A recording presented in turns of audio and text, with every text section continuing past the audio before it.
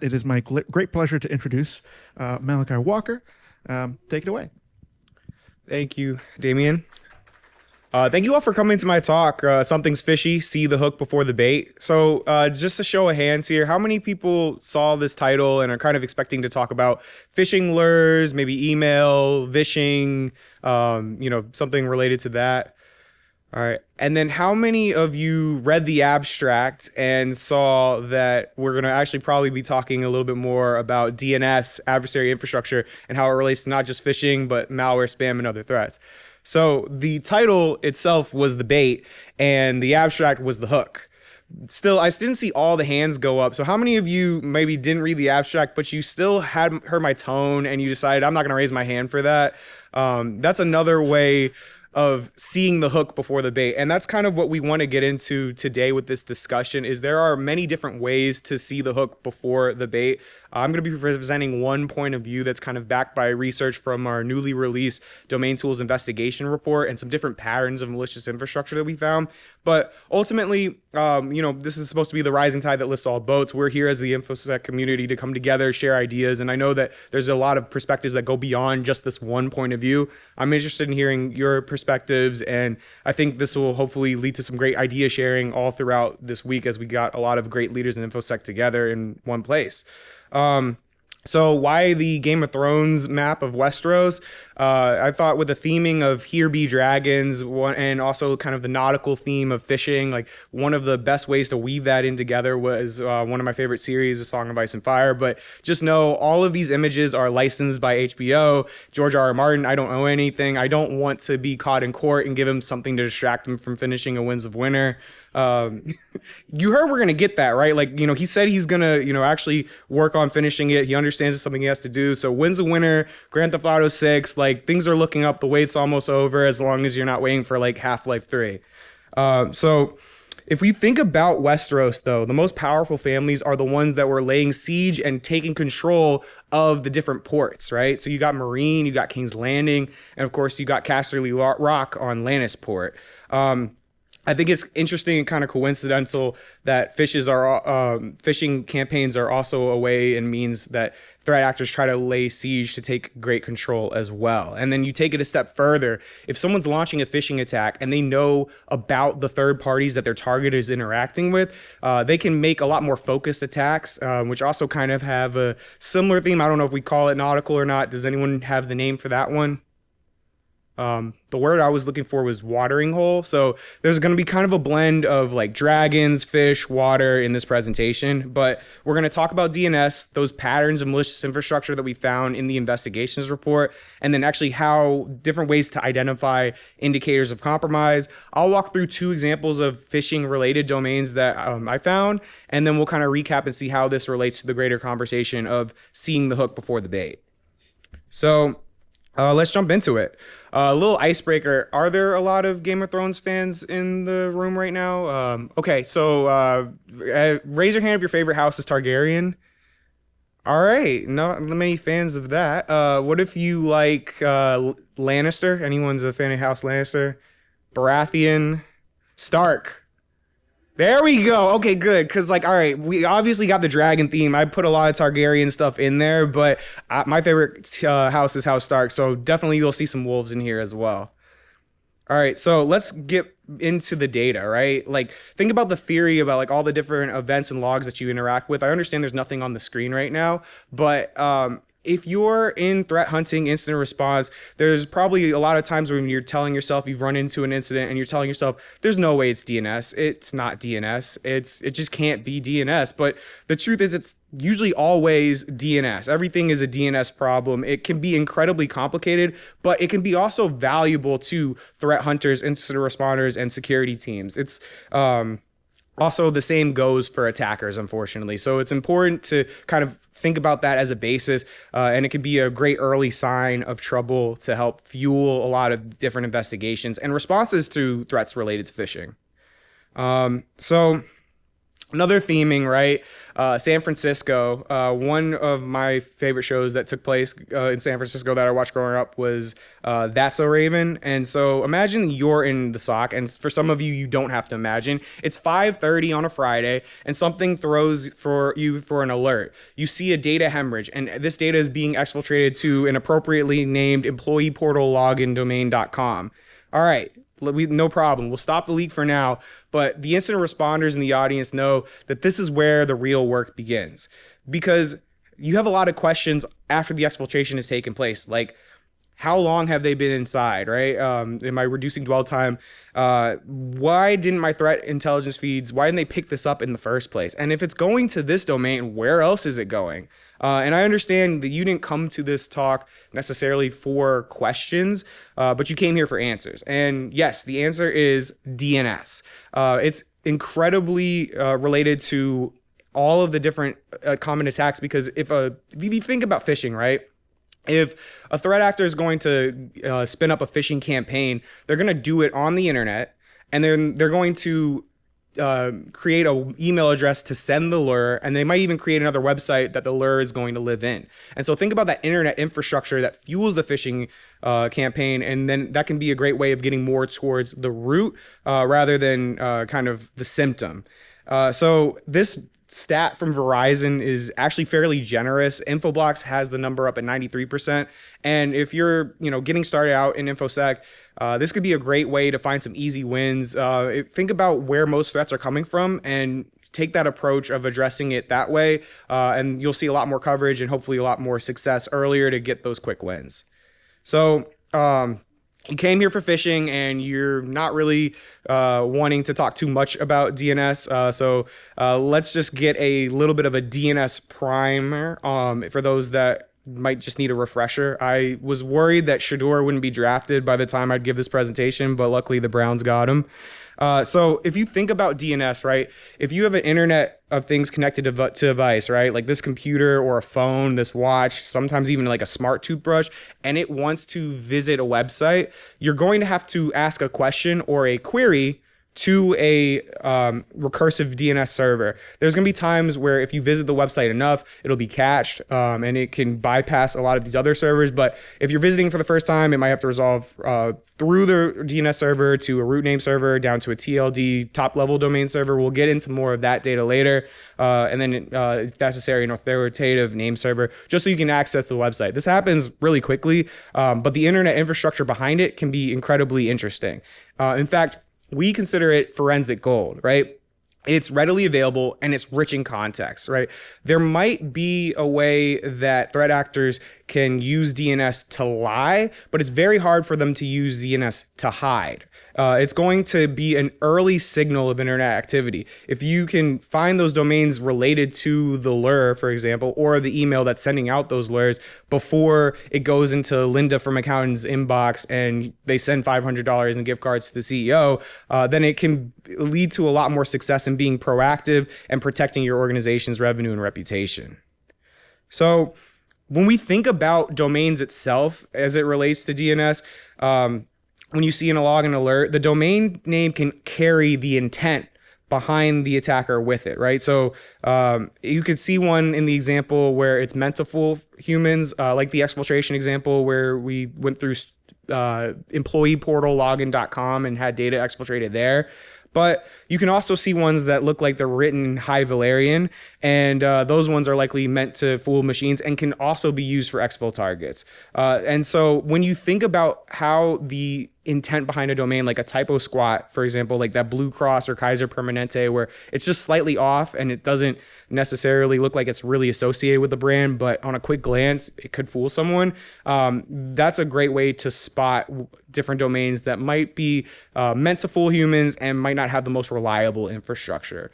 And that's all a way to see domains as that first green point, which is a characterizer. It'll tell us a lot about what the domain is and what the intent is behind it. But domains can also be a connector, because when domains are being registered, you're using email addresses, IP addresses. There's a lot of different ingredients that go into getting a domain registered. And a lot of times actors can reuse that or use that from one domain to make another one. And so instead of worrying about that one domain that you are seeing, you can use that as a connector to a bunch that you might not be seeing. And then finally, it's an identifier, right? So, not all the time will you see someone put their real information when they're registering a domain for a malicious attack, but you'd be surprised at how much you do see that happen. Oftentimes, there's, especially with like the introduction of LLMs, a lot of people think they can go ahead and be, spinning up phishing campaigns, and they'll use their full government name, their whole phone number, their address, and tie it all directly to a domain that they're using in a malicious attack. But even if they don't use their real information, they're likely reusing that fake information, and that can help you point a picture to the rest of their infrastructure. Of course, there are some of you who are really experienced in the InfoSec community, and you might have thought of DNS as an important tool, but ultimately feel like it might have some limitations. And it was created 40 years ago, so there are some limitations that are important to acknowledge. Like, times were a little simpler 40 years ago, and it didn't necessarily assume deceptiveness. And so back to what I said a couple slides ago, you can't necessarily hide with DNS, but you can lie. If I visited a website and look at the DNS information on one day, it could be a lot different than if I did a week later. And so adversaries are able to, after they weaponize their infrastructure, to kind of change it around and try to keep you following breadcrumbs. So for those who are wondering, how do I get around these limitations and still use DNS to identify different indicators of activity, I'd like to introduce the concept of passive DNS, right? So hopefully some ideas and use cases are starting to spin for those who are unfamiliar altogether, and active DNS can be a great way to just get started and dive into infrastructure and be a little bit more left of trouble. But to make this talk as applicable to everyone as possible, I also want to talk about passive DNS, which is that next step in aggressively identifying infrastructure and making connections between one data point to another. I'll give it a pause just so you can see kind of the differences and nuance between regular and active DNS. But if you're more of a visual person, don't worry, I have you in the next slide. Just try to stay on time, so I will shift now. But if you think about that first image on regular DNS and how it went through the name server to reach the website, passive DNS is happening kind of above it and around it. And therefore, it's privacy by design. And so the person making the query, if they're doing it via passive DNS, is doing so unknown. And so you can make multiple queries onto a website that you might be investigating, and the person you're investigating who's behind maybe a threat campaign that you're trying to map out won't know and be less likely to change that infrastructure. So passive DNS is all about making those connections, though. So that going back to that domain contains intent portion of the discussion, it's important to use your judgment when you're looking at these domains and the subdomains related to assess goodness or badness, because passive DNS isn't necessarily about goodness or badness. It's about making those connections. One huge advantage that it has over using regular DNS alone is regular DNS was never designed 40 years ago to resolve from an IP address to a domain, but passive DNS can do that. Now, DNS can go from domain to IP address, but passive DNS can do the reverse. In fact, there's a lot of different pivot points that you can utilize passive DNS for. Have them up on the screen, so feel free to take a picture. If not, I think this will be on YouTube later. And then for those unfamiliar, FQDN, it stands for fully qualified domain name, and that will specify the exact location of a computer or internet host. So from a forensic perspective, this is gold right here. This can be a great way for you to take one data point that you are seeing and branch it off into different points that you're not. So I'll just pause for a second, let everyone get a picture in, and we'll talk about the Starks, right? So it's about tracking the wolf to find the pack. DNS is not just useful for responding to incidents and protecting your organization, but for you threat hunters who are actively looking for more information before trouble has occurred. You can always assume that one part of an alert might lead to something else that's unknown or unseen. If you think about wolves the term lone wolf is kind of deceiving because wolves rarely operate alone. They do operate in packs, much like the dire wolves that Arya ran into with Nymeria. So you can always think about domains in that same sense, where it's very rare that a threat actor is going to get in with one piece of infrastructure, one domain, and that's it. It's likely that it's going to be part of a larger ecosystem. And then it's likely that that threat actor themselves is not operating alone. A lot of times these threat actors are using, sharing, reusing resources. They can be lazy too, and we can exploit that to analyze one part and expose the other. They think that you have to be right every single time, and they only have to be right twice. But if you're in a threat hunting landscape, that shifts that on its face. Play the Uno reverse card, and now they're the ones that are running for cover. So the way and approach that we took it in our 2025 Domain Tools Investigation Report is domain intelligence analysis. And this is a great way to proactively identify malicious infrastructure, but it also show how these techniques evolve. I'm going to give a little bit of a preview of what those patterns of malicious infrastructure look like. But if you want to see more, I have the full report available. I apologize to the marketing team. We're not going to want to collect any emails from anyone who's interested right here. So I'll have my email at the end of this. I'll send it to you ungated, and then that can be the last interaction we have if you want, right? So one of the things we were able to visualize is the convergence of high-risk attributes, right? This 3D scatter plot, it visualizes those top registrars, ISPs, and name server domains all in their own access. And I'm so glad that we're presenting on this big screen because you see this domain count that goes up to yellow and everything's purple, right? But if you look right by a aftermarket PL limited, you'll see the concentration of the high count domains, and it will be clear on the report as well. But a concentration of domains on few service providers like this is suggesting that there are dominant provider groupings. But if we take a look at the scatter plot from two different perspectives, this is the same data, it's just visualized in a different way. You see this convergence on name server domain and registrar, not so much on ISPs, but ultimately you see a lot of purple, right? There's not that many combinations that are consistently being chosen together when it comes to higher volumes observed. So a significant spread is indicating that there's a diverse provider combination in terms of these high risk attributes.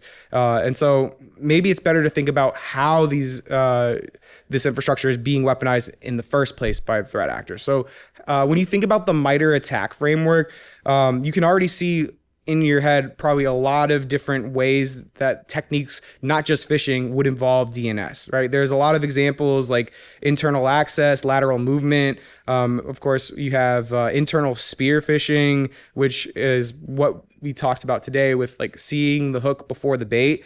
But it goes all the way down the line into the C2 example that we talked about with our exfiltration to employee portal login domain as well. So all of these involvements make it clear that domains are sprinkled throughout the ways the adversaries use infrastructure, and kind of addressing it at that one point could be a great way to look at all of these different tactics. So how do they develop this infrastructure if they want to use it for these purposes, right? Oftentimes when you're detecting these threats, they're coming into your network or you've already been hit. And so you're in that orange quadrant right there where they're using it. But adversaries themselves are looking to get in, get what they need, and get out, burn that infrastructure, and start over. It's happening in a cycle. And detection on this side when it's already being weaponized is late because you're trying to put out the fires.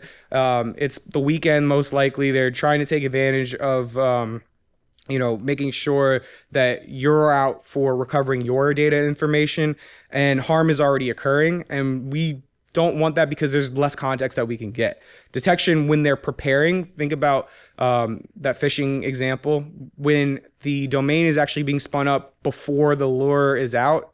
Or if we think about the phishing example, if you could find the hook before it's even being cast in the water, that's going to be ideal, right? You're going to see early warnings of these emerging campaigns, and you're able to take a more proactive stance, and you're going to be able to find more about who's targeting your organization. And if someone's after me, my organization, my employees, you can bet I want to know everything about who's targeting my infrastructure. So here's another visual on how the campaign would be developed over time. They're going to stand up that stream of domains, and then they'll quickly replace it once they see it on a block list. I'll get more into kind of like the limitation of the block list later, but the theming is just we want to try to detect that infrastructure as early as possible.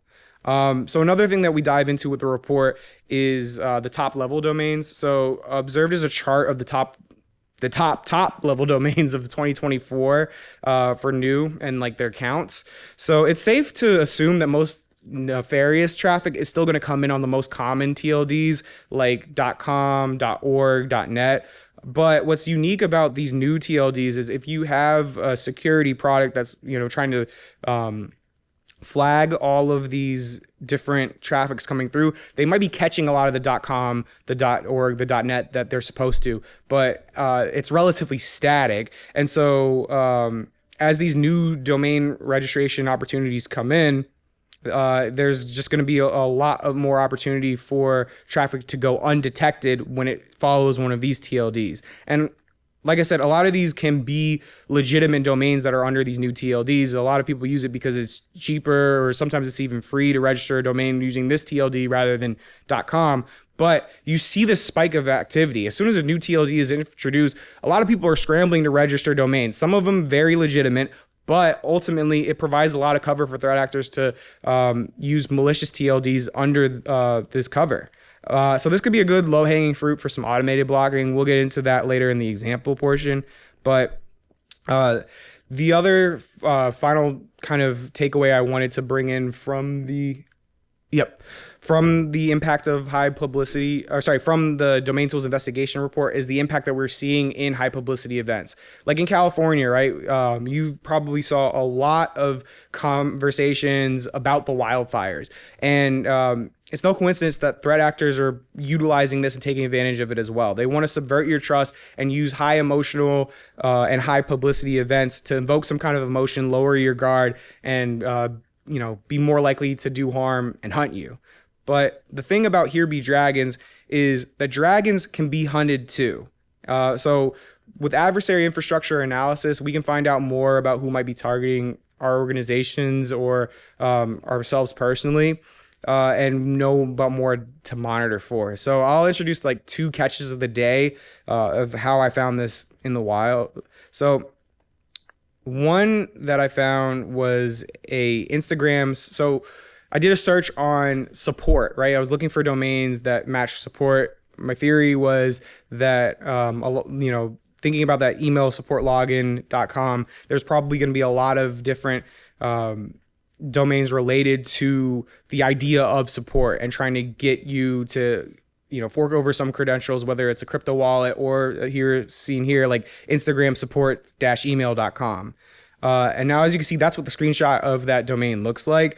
And we saw some connections also with support domain for crypto.com support-online, Instagram support-email.com, like we talked about, but then even FDIC.support. So it seems like this has been a tactic that threat actors like to use.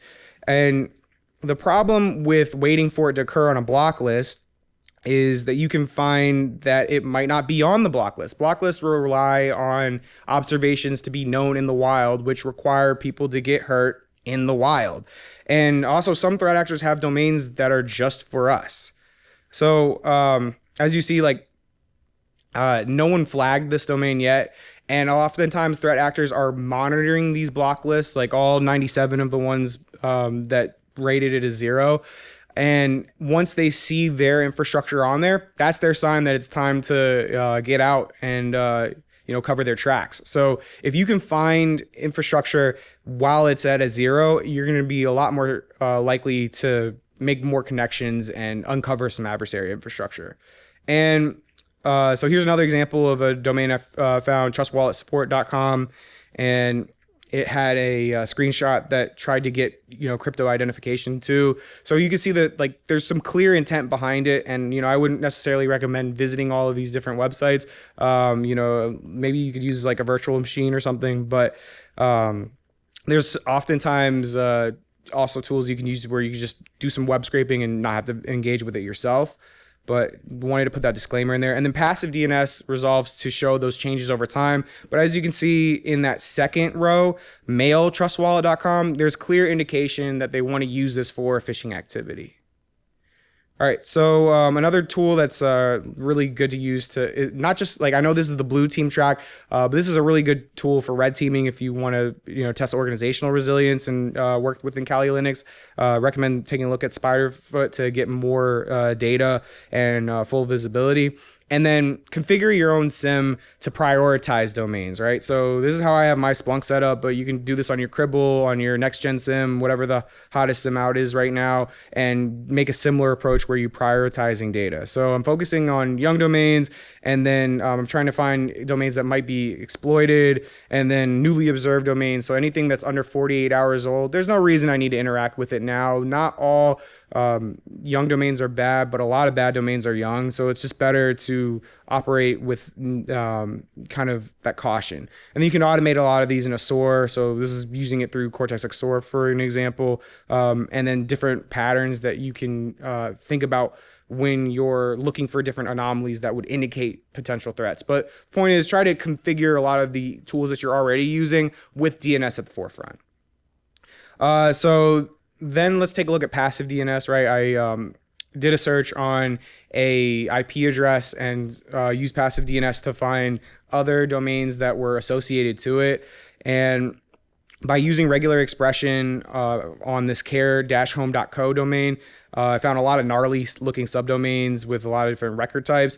And you can plug in these patterns. I correlated these findings by plugging in these patterns into Copilot. But if you have ChatGPT, Claude, I know my CISO is probably wanting to wring my neck right now, but we won't use it with our devices. We'll only use our approved devices. But if you use it on your personal device, like, you can probably get a lot of these results on GPT and Claude right now too. So as you can see, after doing some regular expression, you see that it resolves to a whole lot of mail servers, which, you have your idea of passive DNS as a connector, but then also you're seeing that it's connecting to a lot of mail domains with kind of suspicious looking strings on them. And that can help you provide more context that maybe this isn't exactly the most reliable infrastructure that we want our devices to interact with. So what I want to do now is revisit that snap moment where we saw our data being exfiltrated and had to answer a lot of questions, right? If you're thinking about DNS and you have a lot of your existing tools, or you're just kind of tool limited and you're configuring it with DNS at the top of your mind, you can make connections from the domain that is being exfiltrated in an incident response use case to discover a lot of other domains related, whether it's in your SIM or however you're kind of finding those threats. And you can now reduce dwell time and find other low-hanging fruit to block, but make other connections. So it's a great way to find lesser thought about connections and take the pressure off of you and put the adversaries back on their toes. So let's recap with some lessons from Westeros. Dragons are scary, but you can stand up to them. If you've watched A House of Dragon, you saw that, one of the most powerful characters on the show, Daemon Targaryen, he kind of got humbled by this little kid from House Tully, right? If we're the fish, we can go and hunt for dragons too. If you've watched the other guys, maybe we've developed a taste for lion, and now we're working together. We're information sharing. We've developed an apparatus. In 3 days, 3 weeks, we're going to go out and we're going to get a taste of lion. And we've decided lion tastes good. So use that power as power and reveal that unknown infrastructure and fight back. The benefits, of course, you've got context, you're making more connections, and you have the confidence that what you're seeing is a priority, and that you're acting more proactively, and that you can discover more. So if you're a new person to information security, or you're new to the SOC, hopefully you're finding a great way to get started and become more efficient. And then if you're experienced, hopefully this provided another perspective that you can take. Really encourage everyone to check out the Domain Tools Investigation Report. So reach out to me and I'll email it to you. And, I would love to see how the discussion gets built on and what other techniques we find to continue to be resilient against threat actors. Because as I gave this talk, 6,000 new domains were registered, and 1/10 of them were malicious. So the badness is out there, and it's time for us to get hunting. Feel free to ask any questions, and thank you so much. feel free to reach out to that email. If you want the investigations report, I'll send it to you, and then that'll be the last that you hear from me. And we'll be good to go. Well, that was a fantastic thought. Thank you, Malachi. We do have a question already in Slido. Oh, nice. So I will read that off first. If anyone else has questions, please submit them using the QR code right there, and I'll read them out for you. We got another minute or two before we have to move on to prepping for the next I'll try to answer this quick. Yeah. How, if any, that WHOIS privacy redaction efforts affects all the data that you use for threat hunting?